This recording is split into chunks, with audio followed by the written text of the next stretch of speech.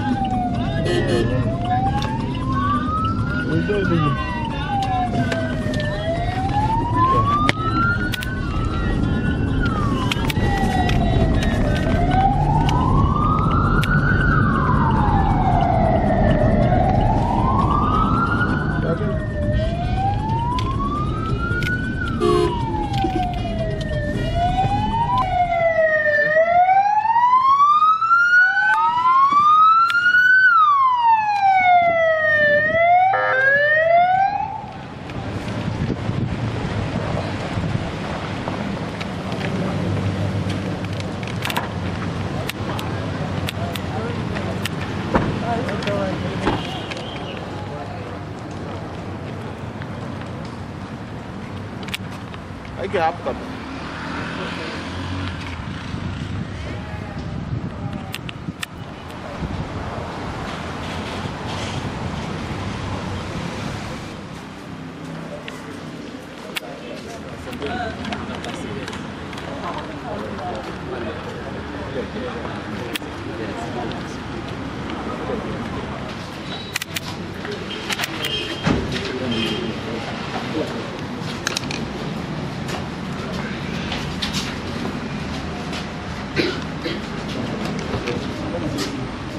Because our baptism of which St. Paul writes, all of us were baptized into Christ Jesus, were baptized into his death.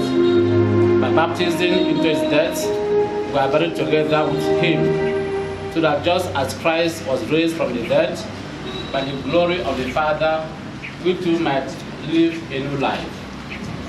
For if we have been united with him by likeness to his death, so shall we be united with him in resurrection.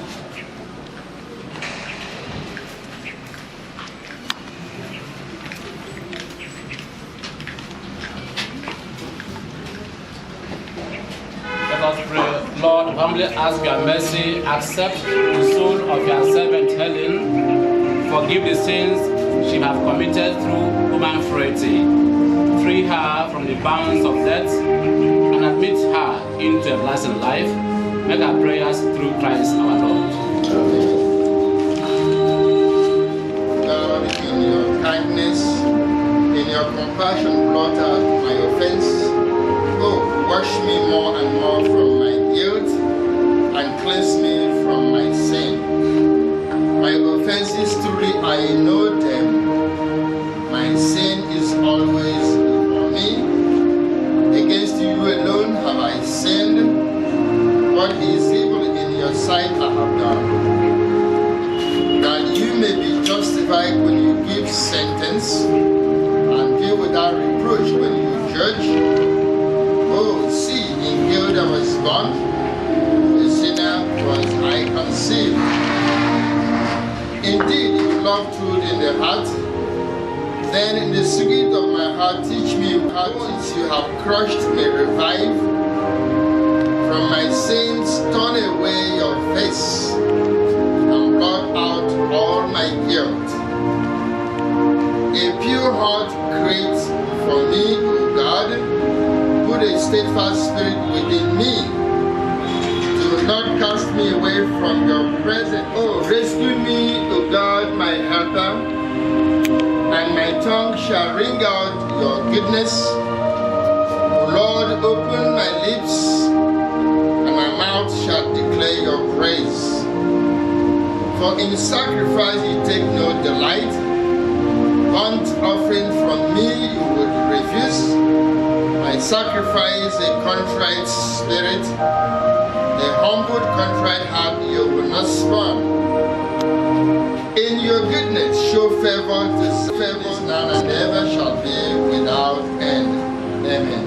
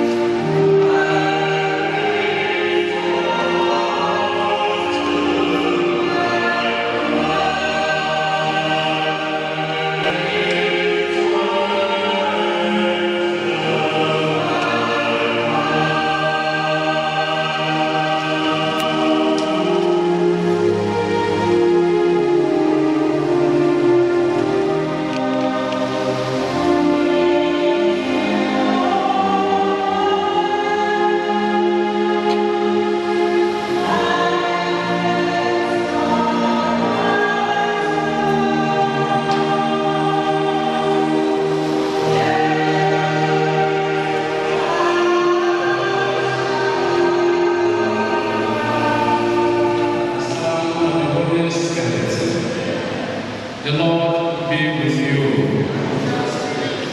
Dear friends, we gather to thank God for the gift of our sister, wife, and mother, Helen, Onuora. We pray for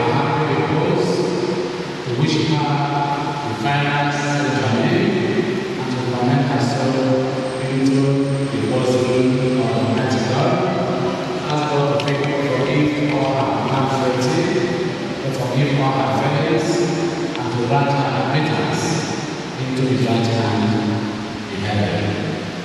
The Mass is also for the living and for the dead, and so we can now add their other intentions. Before Almighty God, and therefore to participate in the sacrifice of the Mass, let us ask for the forgiveness for our sins. Forgive us our sins and bring us to life everlasting.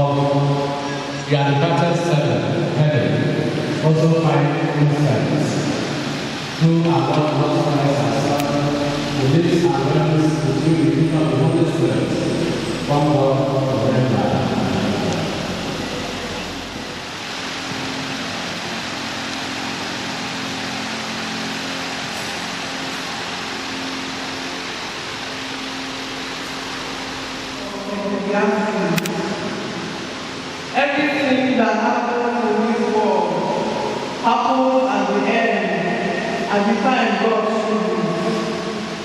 He sends the time for birth and for death, the time for planting and the time for planting, a time for killing and a time for healing, the time for tearing down and the time for building. He sets time for sorrow and for the time for joy, the time for mourning and the time for dancing. They are both going to the same place, the Lord. They both come for me. They will go back to me. The word of the Lord. Thanks be to God.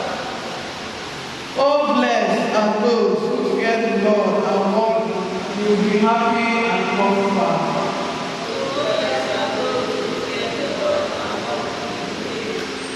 Your wife will be like a fruitful vine in the heart of the house. Your children like shoots of the olive around your table. A reading from the letter of St. Paul to the Romans. With God on our side, who can be against us? Since God did not spare His own Son, but gave Him up to benefit us all, we may be certain, after such a gift, that He will not refuse anything we beg.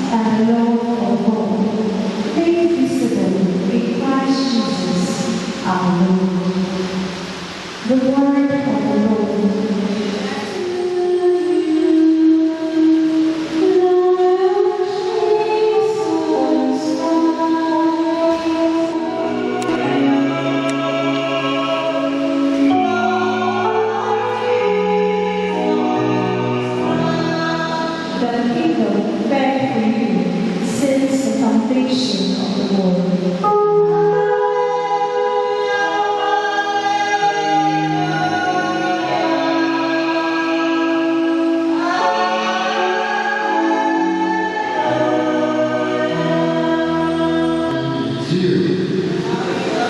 Reading from the Holy Gospel according to John.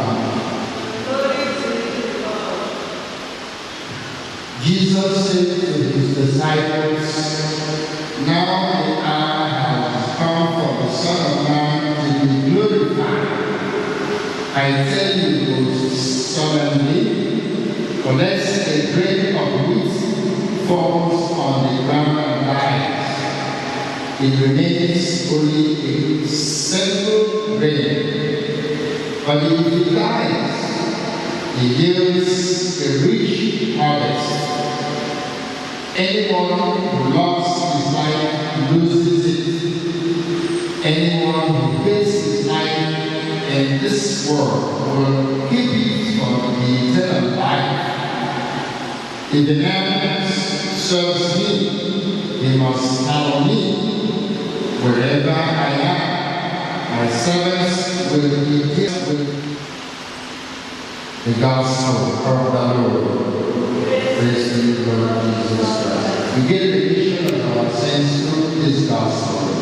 Amen.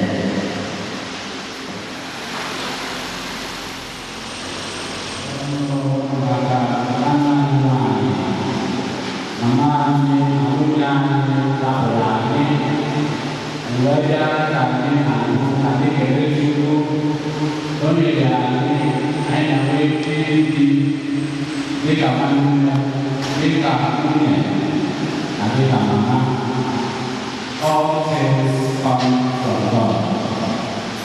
He is also a gift from God to us. Báwo ló ń gbé ayé ẹgbẹ́ àtúntò lórí ya ìwà ọmọ ọjọ́ ìwà ọmọ ẹ̀nà sí àná ìwà ọmọ ẹ̀nà sí àṣẹ ìtòrí àlàáfíà ìdí à lórí ike nàbàtì à nàdé ìdí à ẹni ìwé lóko sí ẹgbẹ́ ní ọ̀gbìn ìdí à lẹ́tọ̀ọ́ ya ọlọ́sọ ìgbẹ́ paradise amen. Ọ̀tá ti pọ̀ àti akụkọ akwụsịgo. And that is the end of it. So that's the end of the good story. Our sister Helen was a good story. And today we are bringing that story in human form to an end. Even if we couldn't see without the Bayan na tulize yau bayan da kama da mu asi ongo sino da samu ana tabazi gogo tiwana ezimu tiwana what understand this na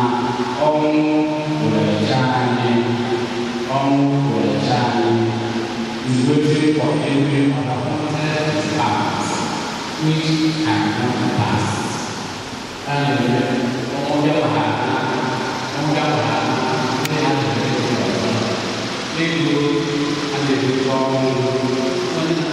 those are paid to overachieve all the efforts to escape or to delay our deaths. New pregnancy, the bachelors, who desires not to be more sincere, you desire the brilliant back, which rise. Let the Hamawa, if you have been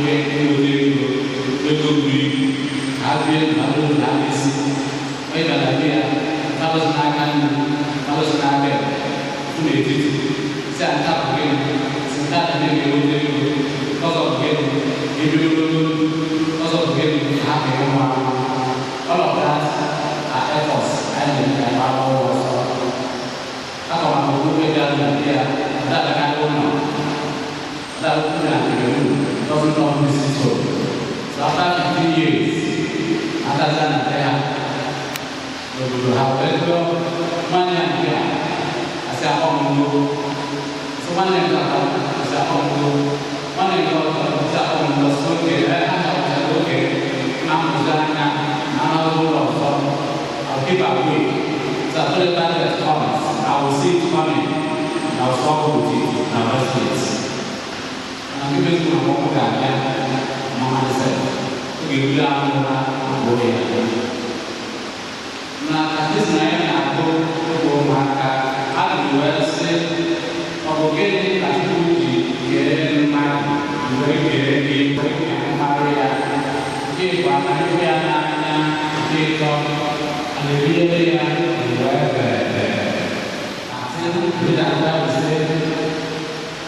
the souls of the virtuous, not the souls of everybody, not the souls of every person, not the souls of everybody who died, the souls of the virtuous, they are in the right hand of God. He answered why. He said, because their good works follow them. Their good works follow them. You will do good work that follows you. What is good work? Good work that will be not is for you. It's not part of good work.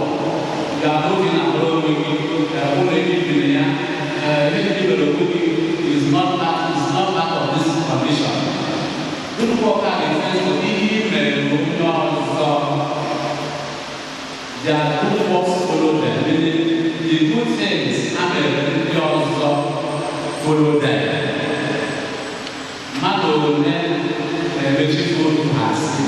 Take it down. Take it down.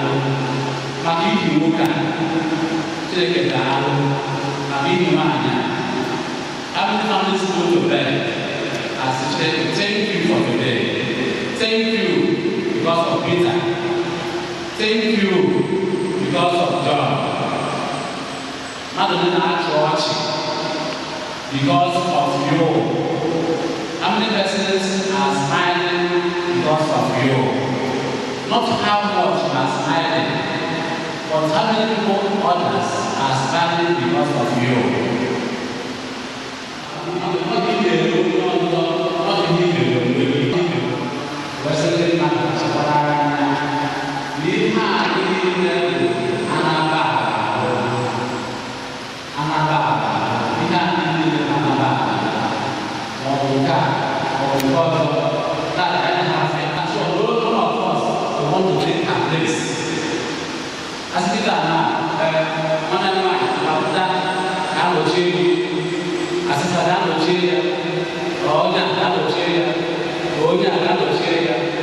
Who will want to take her place?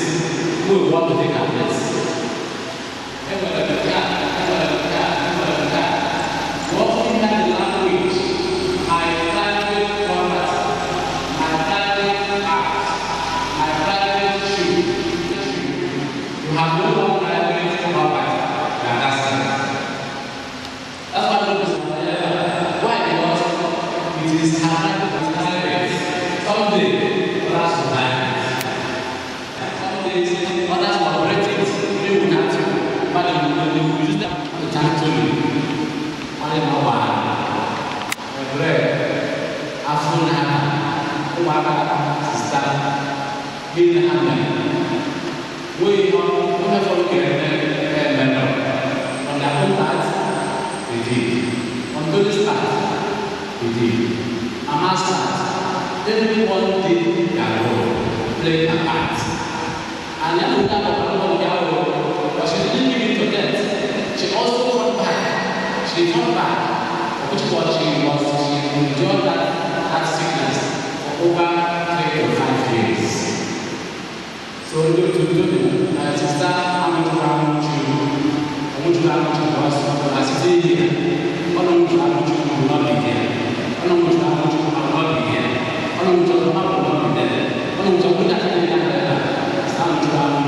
She stays brave. She is not lost. She has gone to the Father. Human existence does not depend on earth, but in the house of the Father. She has gone to the Father. Therefore, we are praying at this Mass. The high grade and the that's a man.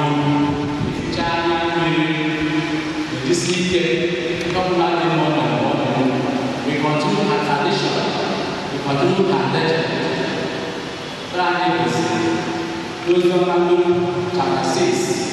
Jesus said, anyone who comes to me, I will not cast away. Jesus said, today you will be with me as God, to grant a place of peace, to grant a place of light, to grant a place of refreshment in Christ.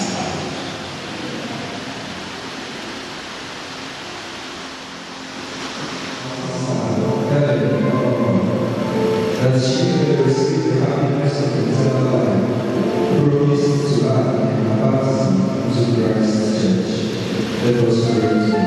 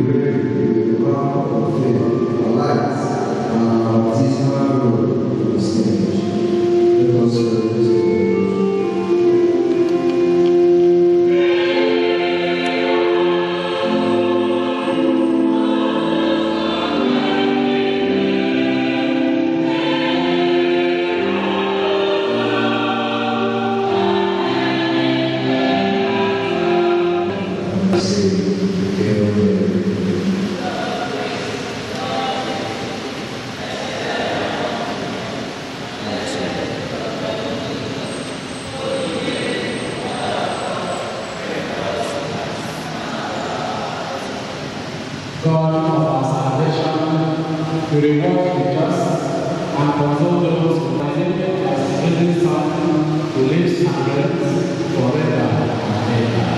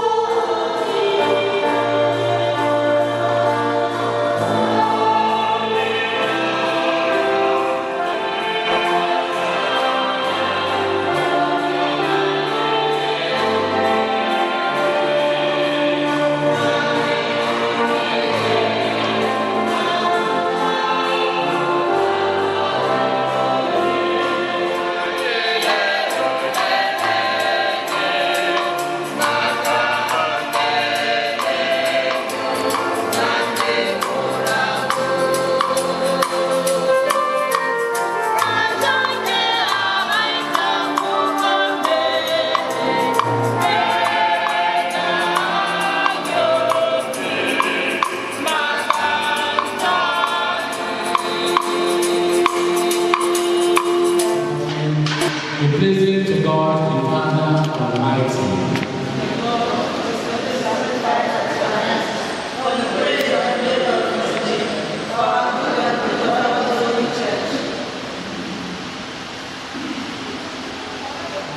So that the better servant, Helen, be taken up into glory with herself, and whose praise and love are united to Christ our Lord. Lift up your hearts. Give thanks to the Lord our God. The true right and just, our duty and our salvation, always and everywhere to give thanks, God, Holy Father, Almighty and eternal God, through Christ our Lord. For He is the salvation of the world, the life of the human race, the resurrection of the dead. Through Him, the host of angels adores your majesty and rejoices in your presence forever. Our voices, we pray, join with theirs, and our own chorus of exultant praise. And enter into His passion, we do bread and give Him thanks and praise. We broke it, gave it His saying, "Take this, all of you, and eat of it, for this is my body, which will be given up."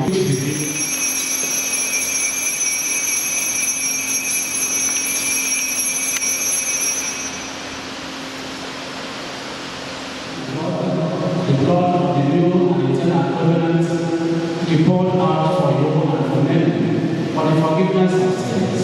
Do this in memory of me.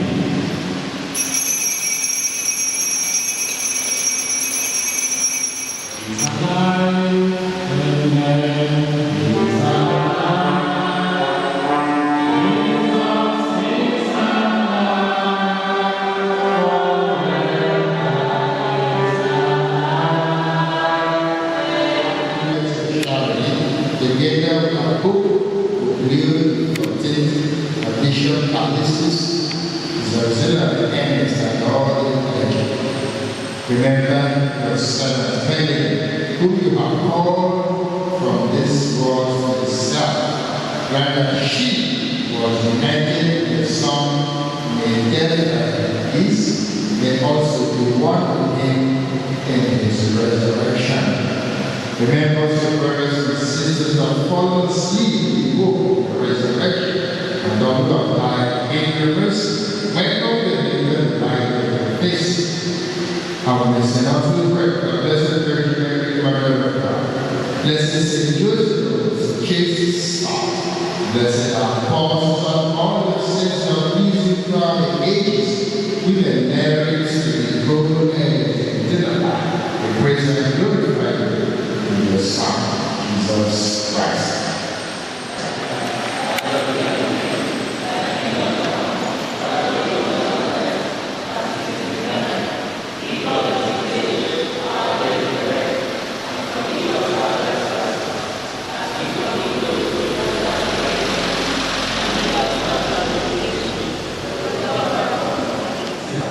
We may be always free from sin and saved from all distress. We are waiting the blessed hope and the coming of Savior Jesus Christ.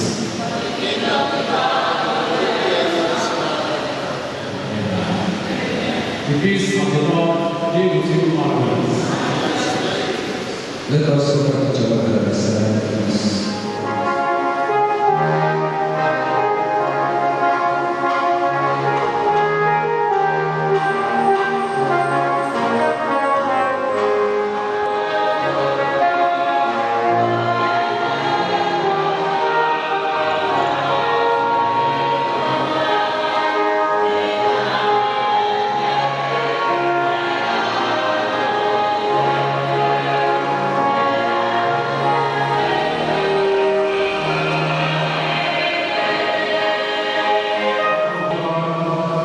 The Holy who takes away the sins of the world.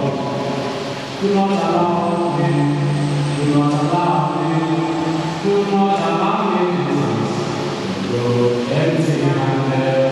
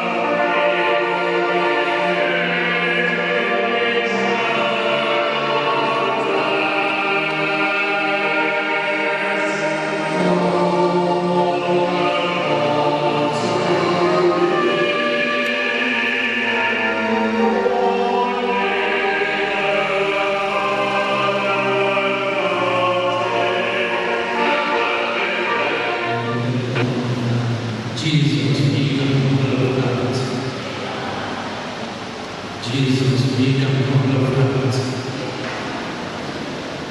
Jesus, become humble of heart. We have celebrated this Passover sacrament, the Passover for the wellness, life, and peace. Make our prayers through Christ our Lord.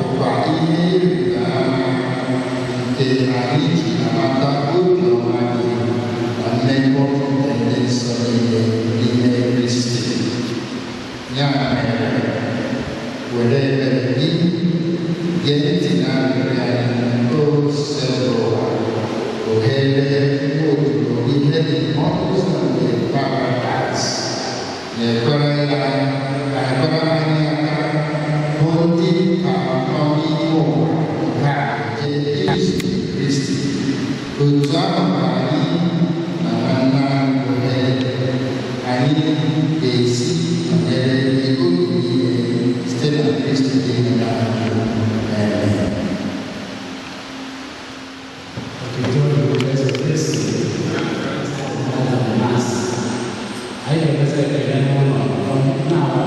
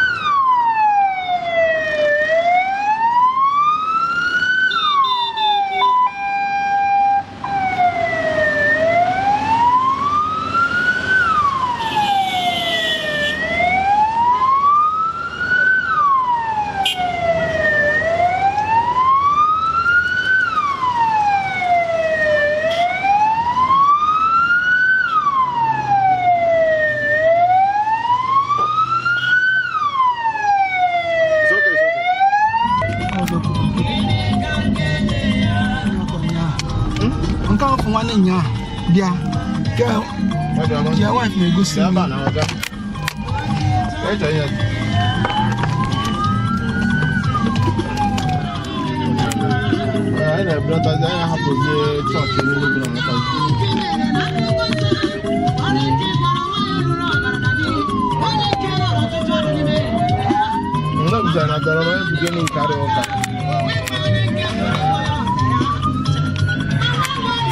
I just like that Bisala Road now. I just got put up from Bisala Road.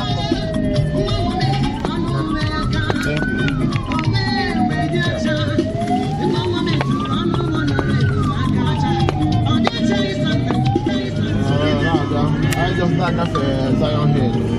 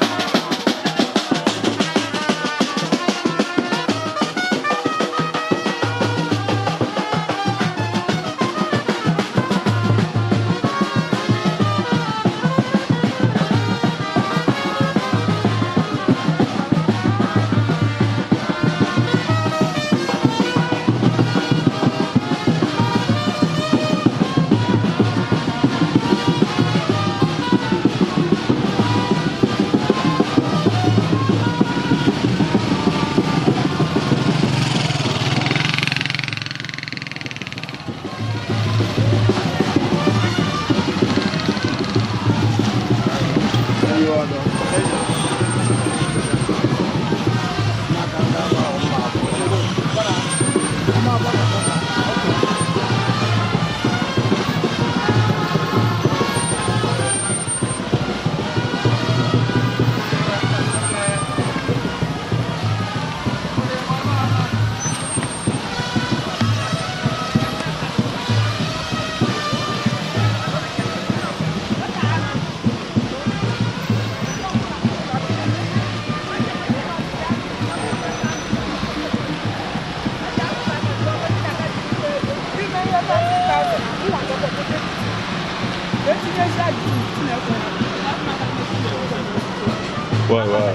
Oh, yeah.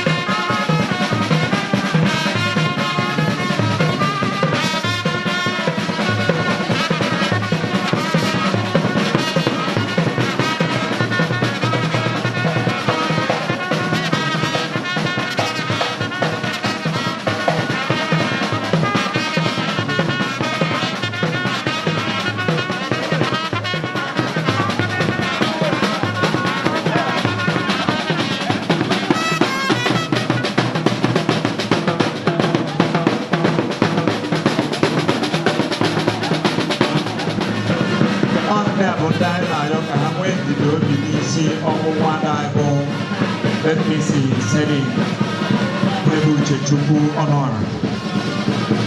Anyị na-ayọkwa nwa bụ gosi ka nwa bụ agụgụ nwekwa ndidi obi maka na anyị ma na ife mere udo emetụtago ogene. Ma ayọkwa ma nwa bụ video man there because of Facebook post video digital. Ka o nwekwa ndidi obi maka na ife mere udo emetụtago ogene. Ụdị pụrụ iche. Anyị ama nkwa akwa ka ndị na-enwere olileanya maka na anyị nwere olileanya na ụmụ mkpọsọ ọ ga-abụ eru mgbe onye nwaanyị ga-agbarata nsọ na anyị na ya ga-abụ onye time comes. Nwaada dị ọra mma nọ na ezinụlọ dị nna gị Benet ọnụ chi Chukwu ji ndụ Augustine Onuora oke asị mbọ tis na pọt a na-asị gị nọ n'ezinụlọ nwaada dị ọra nwaada obi ya juru nwaada na-enwe iwu nwaada nwere obi ọcha nwaada nwere obi ala a na-asị gị nọ n'ezinụlọ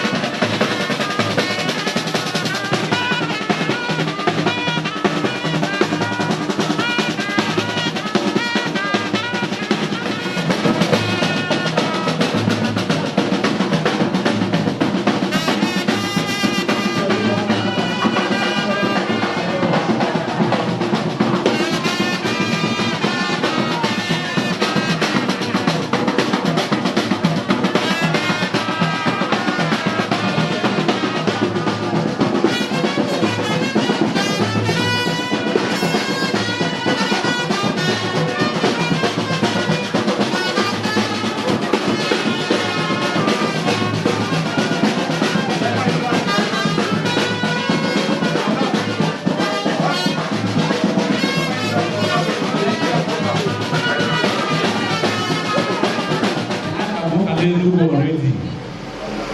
We have done with the sacrifice of the mass. And you can walk by 10 o'clock, then look at 11 tests at our Java. So, kita aje maka iga kwenda wana yamanyu wi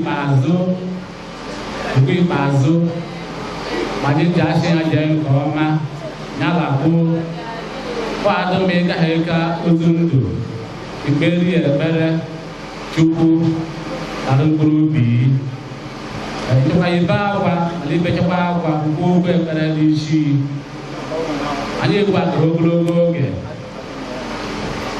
awola ndo umunna ni gachajia nalo umuaji ngo umuaji gachago then ndị umunna aga ndị kulibe aga ndị enyi aga and aka more time we have time for this so anyone who wants to do a farewell will have that opportunity to do that. So with that, Ihebuche have already opened the body. My oje can do munani, lando moe, tajia, kadigame nkani. I make our own turn. Do munna, they take you over. I make ajia, the ogo, the kulipe, and then this is the journey of farewell. It is a sacred journey, a solemn journey. Try to reach our mom, our sister, our wife. Take one prayer on my people, my Anglican priest, brothers who are present. All happy, and also please be part of what wants to listen to this ceremony.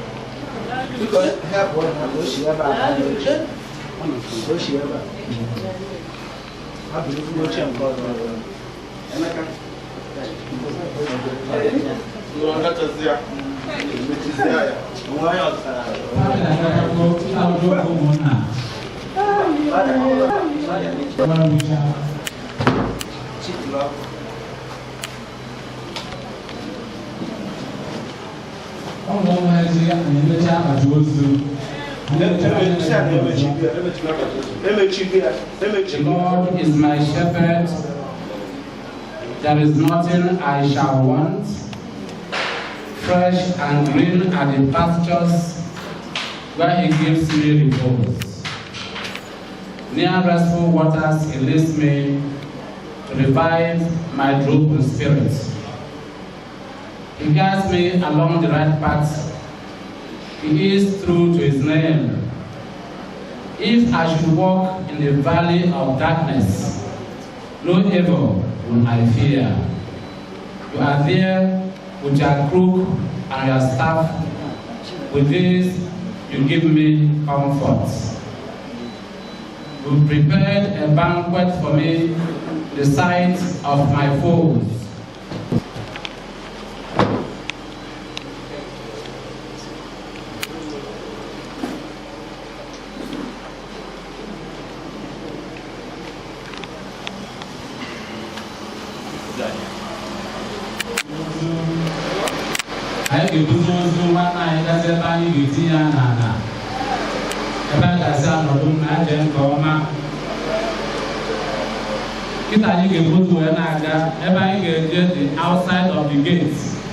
Outside of the gates. I'm not much to lead there, but as many as they can, they can follow us. Then it goes to the time which I will able to those who has ended. It was a solemn procession to the grave. Because I want to request that there be no dancing with the body. No dancing with the body.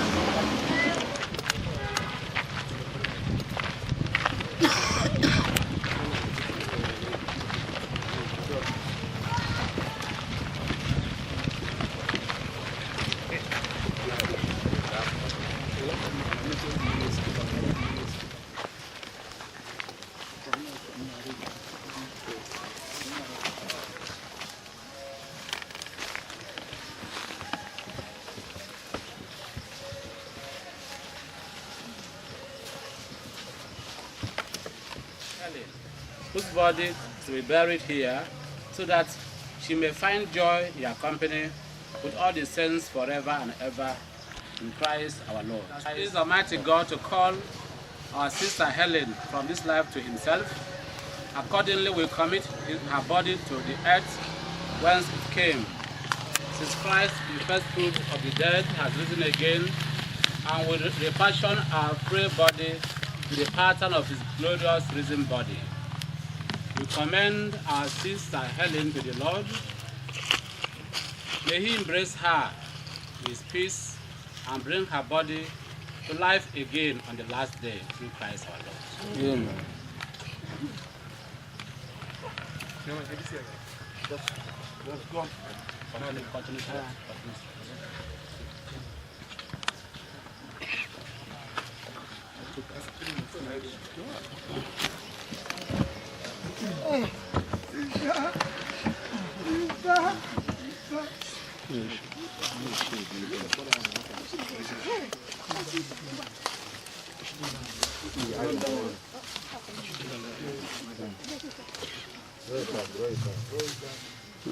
Is it back in or push your back?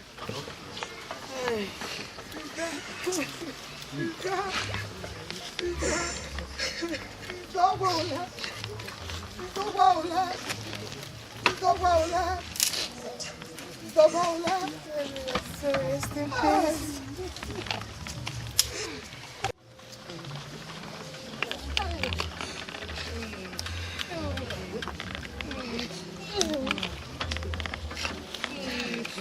Hey.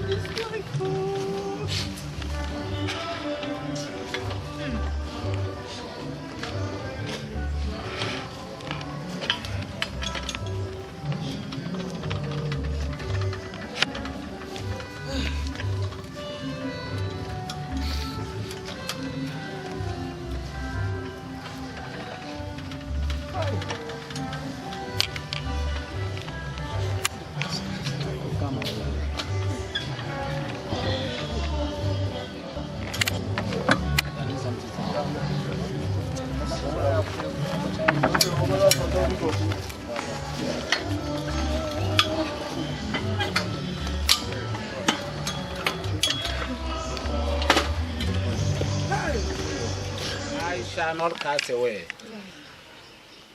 Anyone who believes in me will live. Even if he or she dies, he or she will live forever. Lord, we come in faith. You wept at the death of Lazarus, your friend. Comfort us in sorrow. You raised the dead to life. Give our sister, Helen, eternal life. We repented. And we say, today you shall be with me in paradise. Lord, my sister, hear these words. May she also enjoy your paradise. Our sister was washed clean in baptism, anointed with the oil of salvation. Give her fellowship with all the saints who come to you in faith. She was nourished with the Holy Eucharist of your body and blood. Give her a place, the great banquet in heaven. We come to you in faith. Comfort us in our sorrow at the death of our sister, wife, and mother. Lord, may she find a place and grant her the prize reserved for our saints in heaven. We come to you in faith. Sure.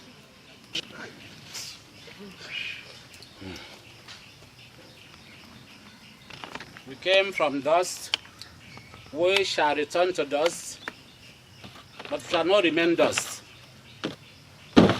because we shall rise to the house of the Father.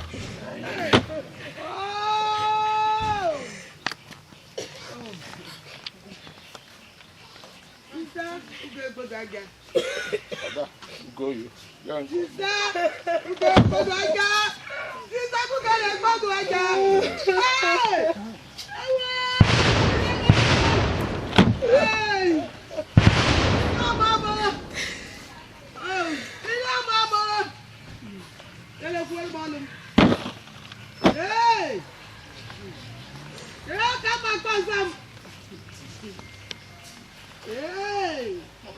You are my hero, and I wish you goodbye.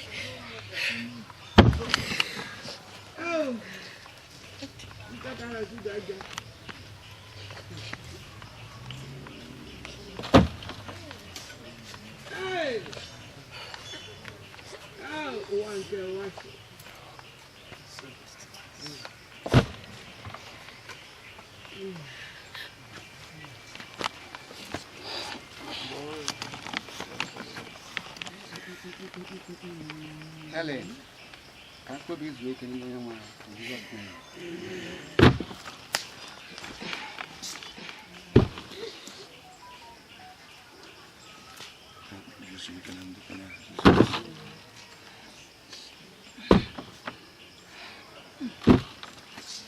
Show your mercy, Lord, to our departed sister, wife, and mother, Helen.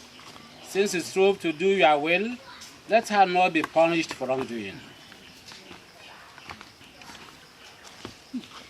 As she was united in true faith with her people, let her now be united with the angelic throne through Christ our Lord. Amen.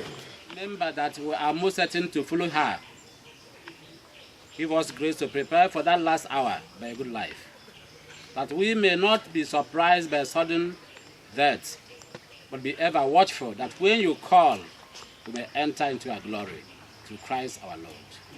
May Mary, the most Virgin Mother of God, kindest comforter of those who mourn, commend to her Son the soul of her sister, wife, and mother, Helen, who has departed from this life, that through her intercession she may quickly reach where she longed for, the heavenly kingdom, and live there forever and ever.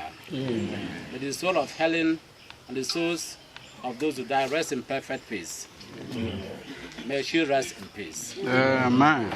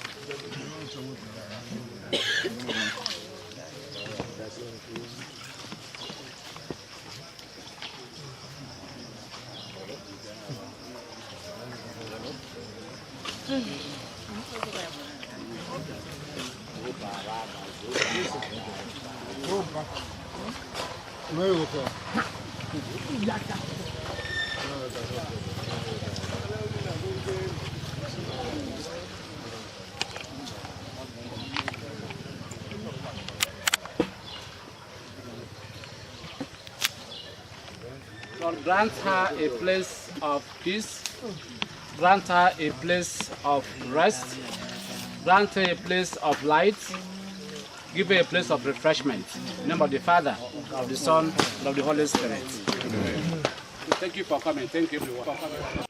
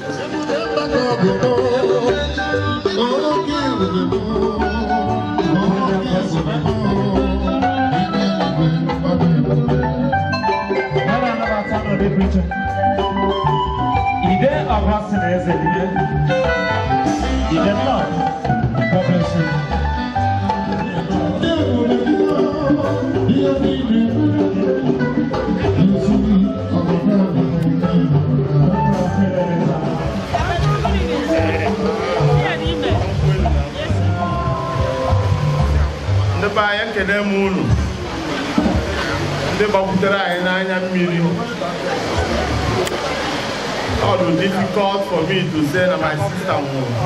All the very difficult. I'm going to see one them madam was send the one test. So one of my sister won. It was just barely, my father just died about 2020.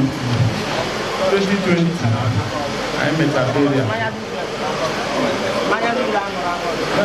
How we had a meeting that this family. How we have them that this family. Mangwage, Mama Wahage, Nikobaro. Obono Hejaka, at all long. Family could afford it to life. But Obono Hejaka at all. Obuche Chuku. What is higher mirror? What about Yamaro? What are Maro? I lost my sister.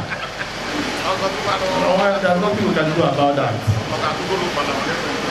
My sister I'm talking about is a leader in this family. Ego this family, go your first. I didn't know who because no one.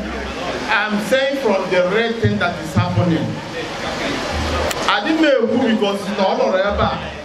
No, motionless. I am talking because and the reality. My sister was a leader, and a leader they lead very well. It's not a leader may lead the way or she is on your logo. It's a caring sister. If we pamper you, it will pet you. If we do your needs, okay, very clear. We need it here. Open na okay. Onya info n'anya, onye fukwara anyị n'anya. Ada anyị nwanyị anyị aji eji egwu egwu. Ọ dọrọ so difficult to down the death. A strong woman, a virtuous woman, a caring woman. In terms of business, or the enterprising, and when anybody got across me now, I don't think no one knows Jiliva, my Huaziana, or when you Jiliva, my Huaziana in business, caring, or when you born business otherwise, empowerment all everywhere. If you have anybody, if I doubt what I'm saying, anybody know me now. If you go, you see his house, you see everything, you see his investments. All hard-working, very hard-working woman. I always use this my sister as an example. When I'm talking to people, I always use my sister as an example. That you married, the marriage is not work, it was not the end of the world. Marriage is not the end of the world. But continue struggling. By virtue of God bless her. Bless her abundantly. Over here, like it, but not just not dead. We are proud of her. We are happy with her, and we love her. We love her when he's alive. We love her when he was sick. We love her on the death. If I will come home, Ihebuche again, I'm asking my sister to come and be the leader. Because he leads very well. Not only this family, outside this family and otherwise. I'm proud of her. Why I'm crying so deep. You know the reason? He's played a role of a father and a mother at the same time. Since he died, he will call me in the morning. He was sick, but he is the first person that will call me. Tony Kekedi. I don't think you understand what I'm saying. I will be in the bed, he will call me. Now saying Kekandi. Adopamuma, Kerinkeleme, or John Makamama, or everybody. He will call you first, all of on a sick bed. And when he was sick, he's still working hard. It doesn't depend on us, so when he was sick, he's still working hard. But that's him, his soul, rest in peace. And that's him, my own two calls, because my father left you do know Obi shoes. Obi have a very big shoes, can never size anybody. My father left a shoe, a very big shoe, almost all size in this family. Okay, one size in the community. The community are still crying and mourning the man because that the man left a very big shoe. He had the shoe on our book in Oku. We had the shoe on our book because of all of my size. So we don't want to lose any other person. I'm praying to God.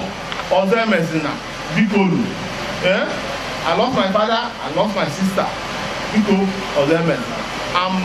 All I can say is anybody or anybody in fight must send any text. I lost my sister because it's painful.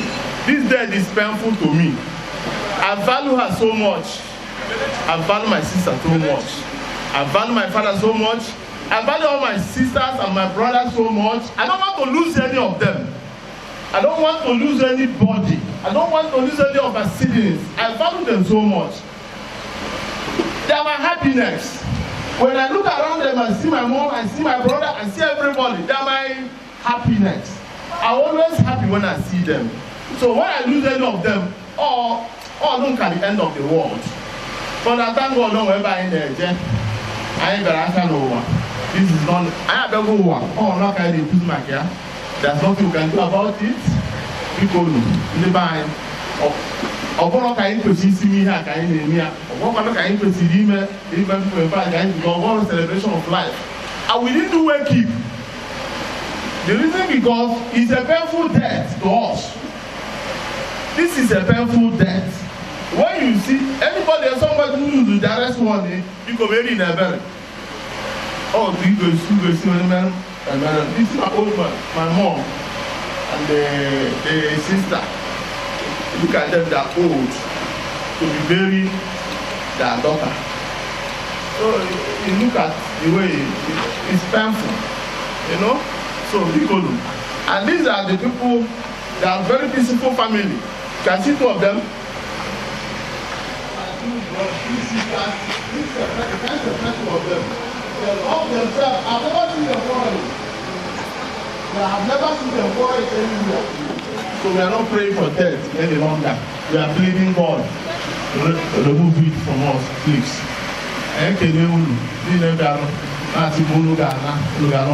Don't forget, let me recognize my brother, my friend, my mentor, Reverend Professor Leo Ilechuku. Oh, my cousin. My cousin. Cousin. Oh no, we have a carry brother. Is a brother to me. Likewise, their family, the Chuku family in home, and now recognize the Bika family. Cash will descend there to visit my family and descend to the Chuku family. And now recognize other people that are here. I don't have lists to mention names. Mama Bolongi, you can give them making in the yard. This is Greg on a street. I'm making the long from Okana. I'm making the band. I'm making my friend Austin. I'm making Akaju. So many people are inside here. I'm making them. So many people, I can't remember their name, I don't have it. You go, you never back. Once again, and God bless you. Your days belong to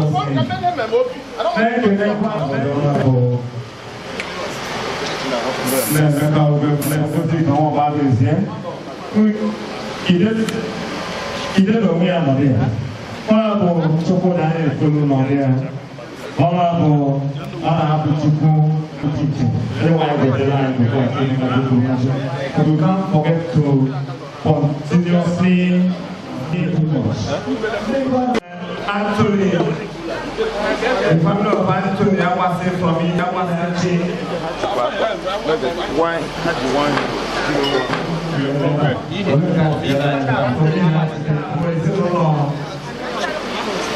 If I never have a question, let me start for so you. I live in the have a tabango.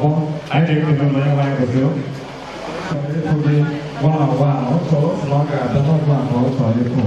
Empty, what about empty?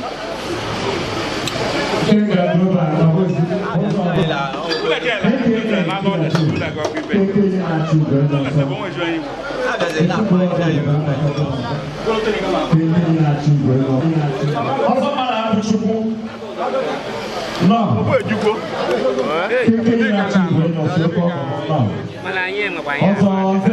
Don't you know how my memory entertain? Bank,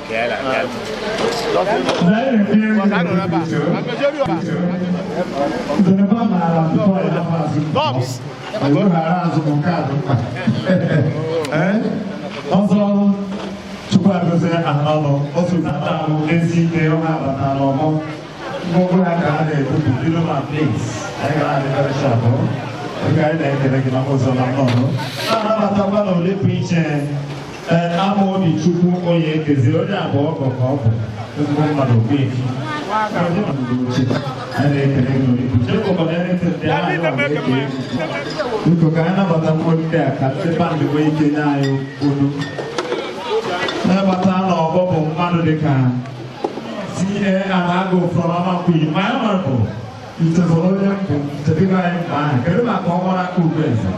It's a Moyana Mona Cooper. See Anago from Anago. See Anago, how Bungo one in the Webian. And they can only their monk in a so be rules who can make the video. I don't know me. About the honorable.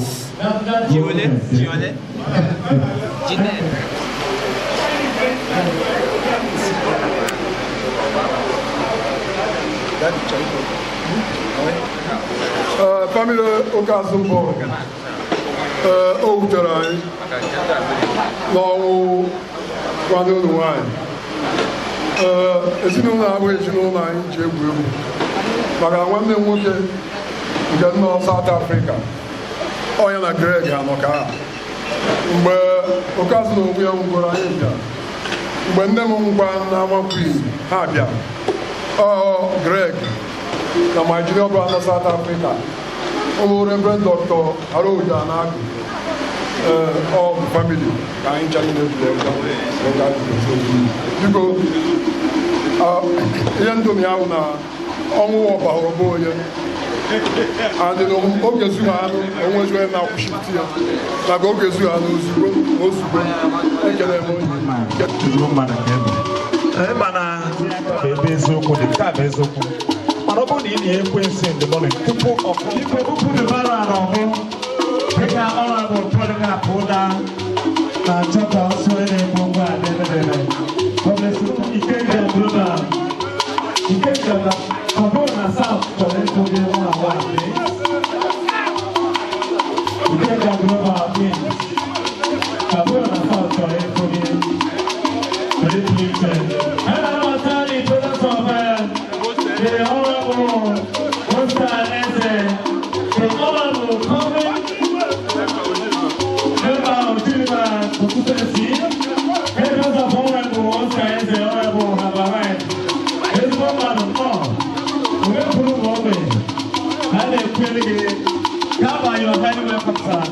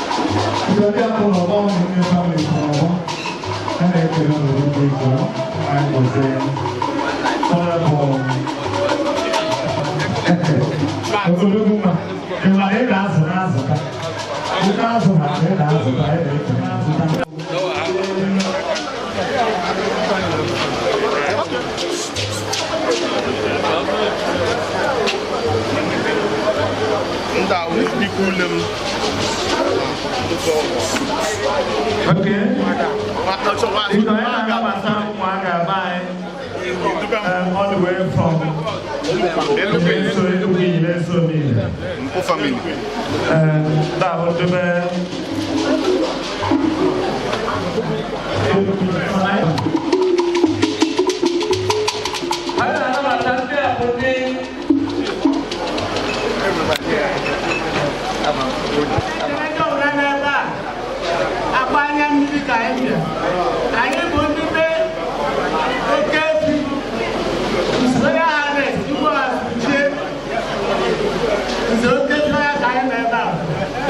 Amen.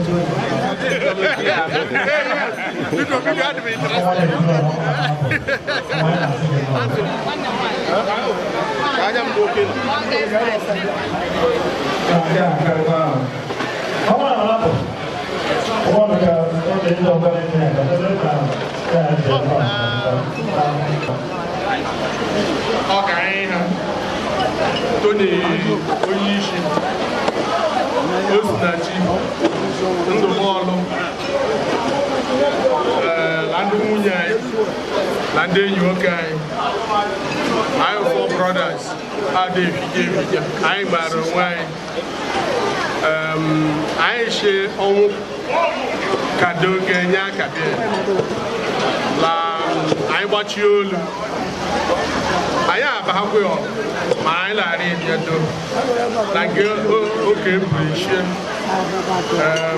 erochiladụ omede anyị na-agbatakwu enyemaka anyị ji esi nwanne anyị nwoke one of the four brothers Tony Onuora ụmụnne ha ndolu anyị niile ka o mere anyị echifu ndolu na mamụlụ onye ọwụwa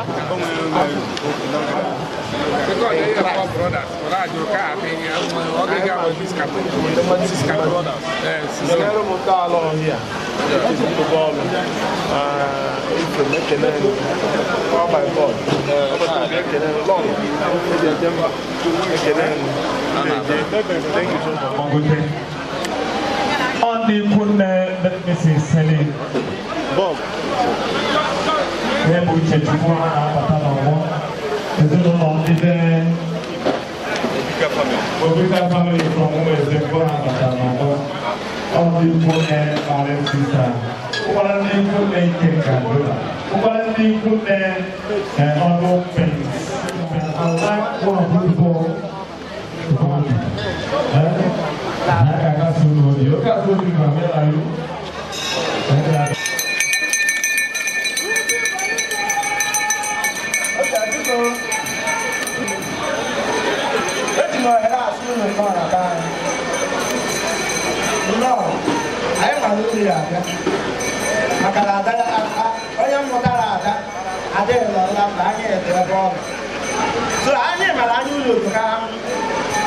Mama anyị na-adị n'ụlọ ya nwere ọzọ. Ọ ụmụ ya kwesịrị ile ya. Ọ dị otu a ya adị ọzọ. Anyị yọrọ nke a n'aha Obinigwe ka ọ dị otu a. Ihe unu ji ede ite anyị aka n'obi Chineke gọzie unu. Mee ka akpa unu ka ihe ghara ịkọ na ya.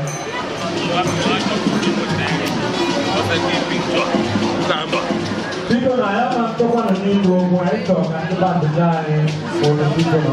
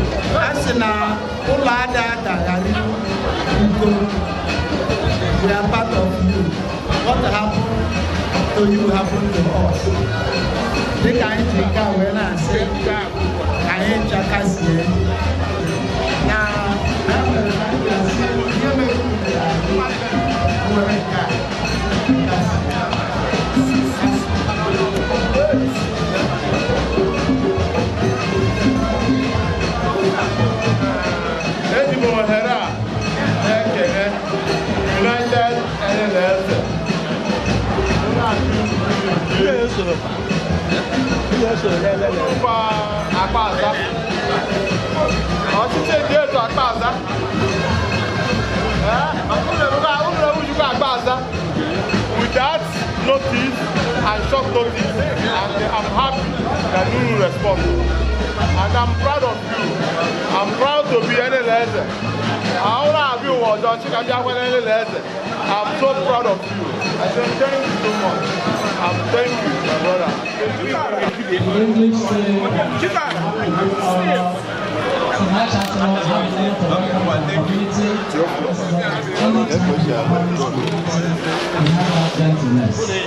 At no time, who also your servants and your sons, who reigns as king of blessed by all blessed. Lord, answer his prayers, the prayers of his lips, the thoughts of his heart, and the works of his hand. They don't prosper.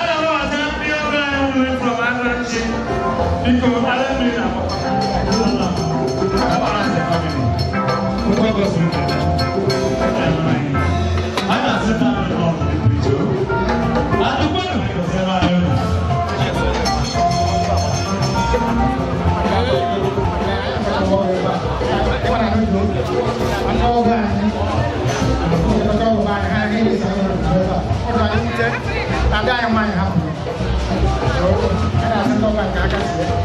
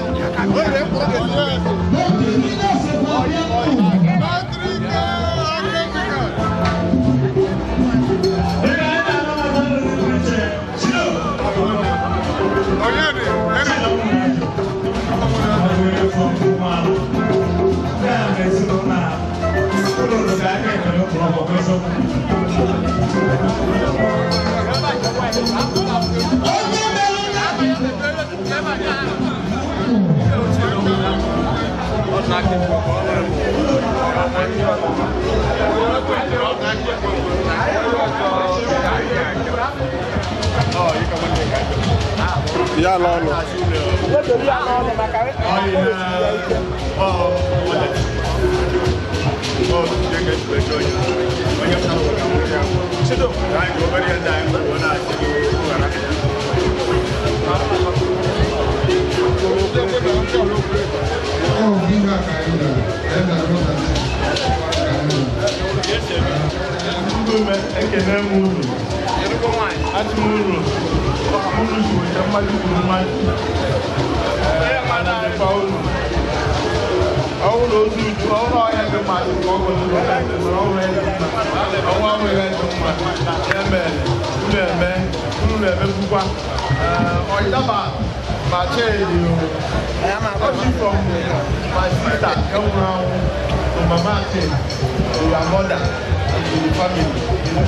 Thank you so much.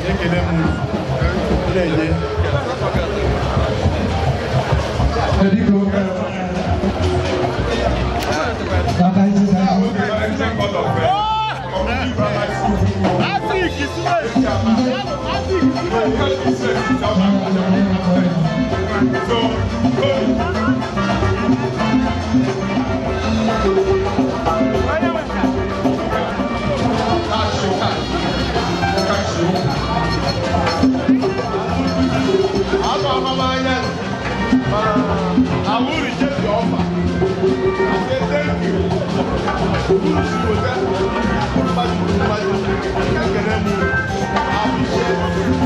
Thank you so much.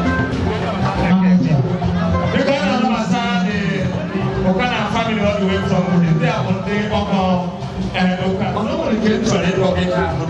4 million euro number one. Meaning, on the scene.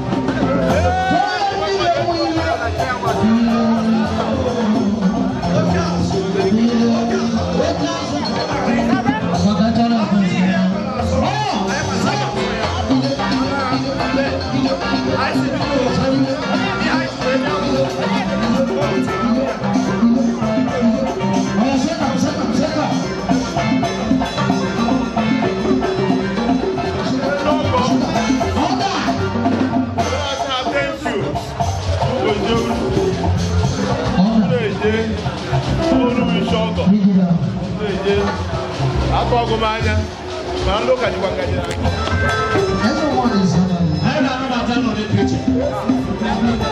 somebody wave you. Okay, the family of Mr. Obuefi and Katkins in one now this one presented by Aswano. Aswano can come. Now you hear every one family. break it as well. No. So we don't want to do that.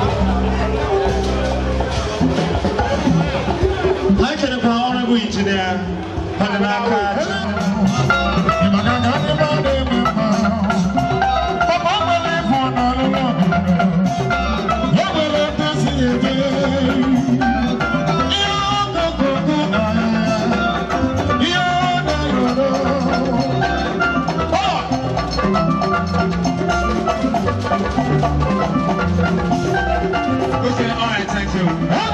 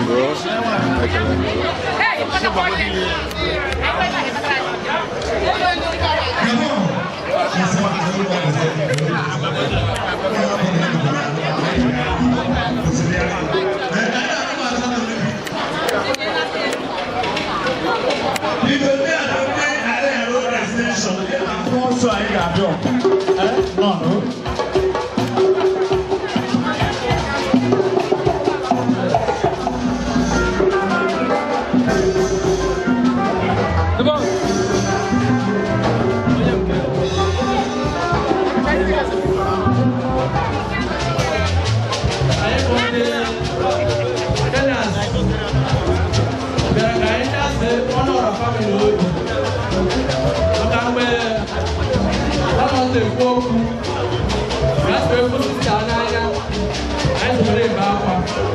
Because no one will tell you with the Lima. There's no time with the Nats, but I know our family. I know what I know, so preacher. I didn't do the Nanya. So, why can't you have to start the road? We'll see as soon as our family go. Now, almost the time. How much of I want? So, now, Handy, or extension tenants, career road extension. I know soon go over here. Thank you.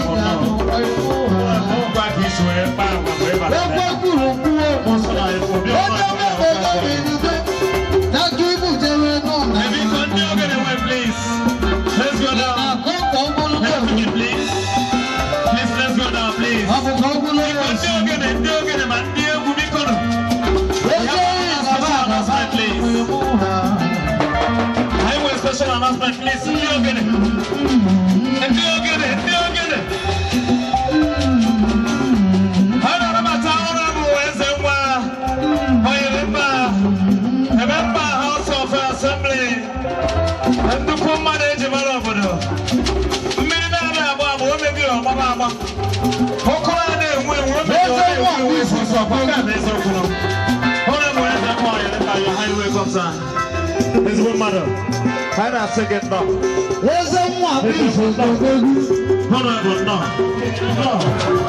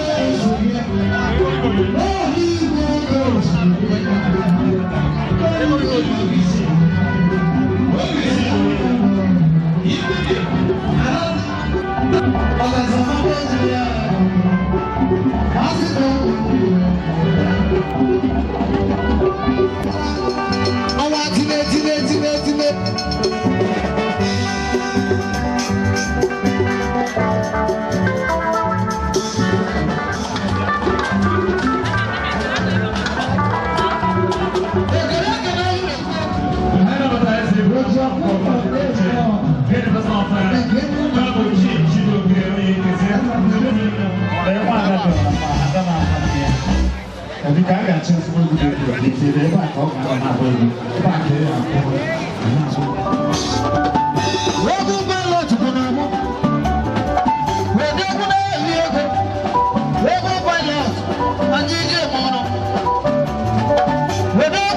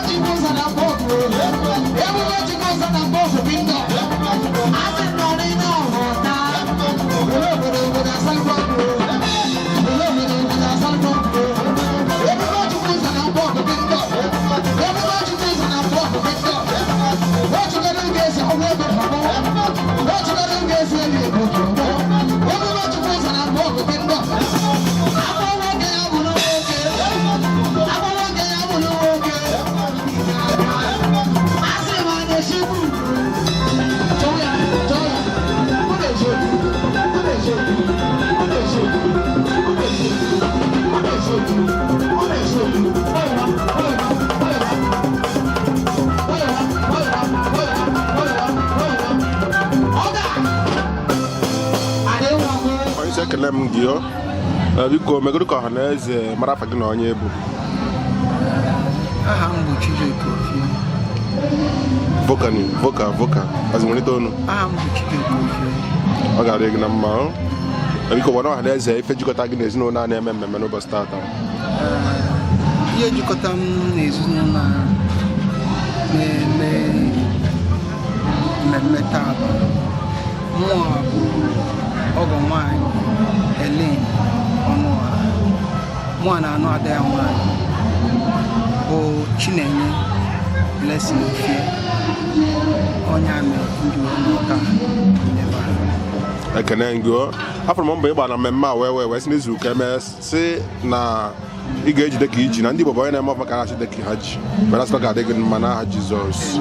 Biko gwara anyị nwa nkenke okwu gbasara mmemme eme n'ụbọchị taata, gbasatakwuru ndụ nwanne anyị nwaanyị biri oge ọ dị ndụ, ọ bụkwa ezigbo mmadụ.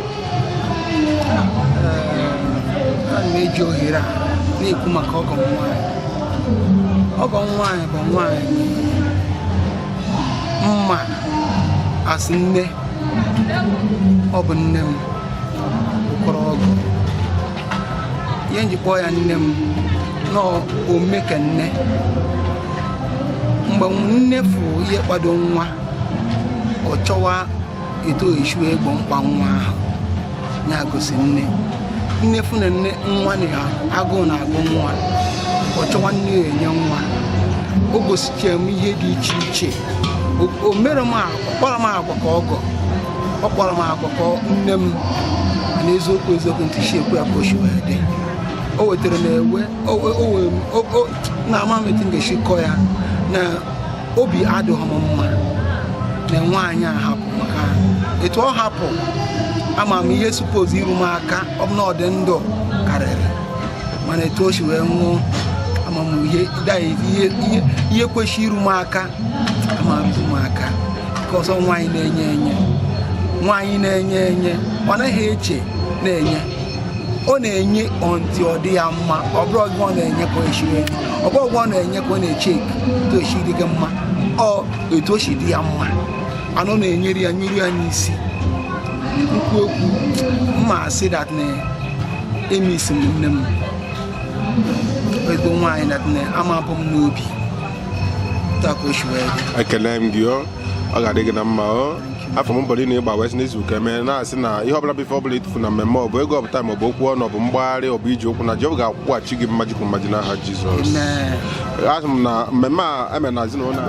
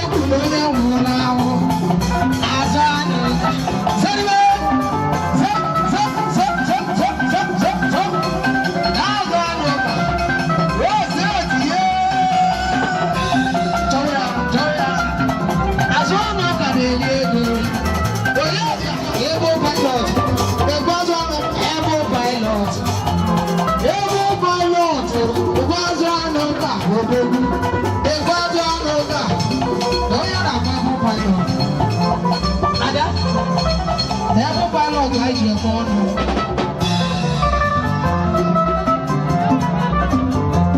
Every pilot to the film. I said, over I'm and everybody else. But someone I'm going to agree or one guy. When you tell me for the Holy Ghost, fire.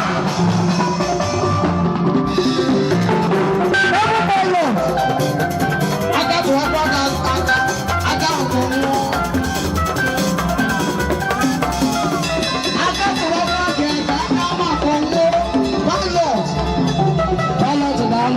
Apa do dia go? Pilot dah. Ada kau dah.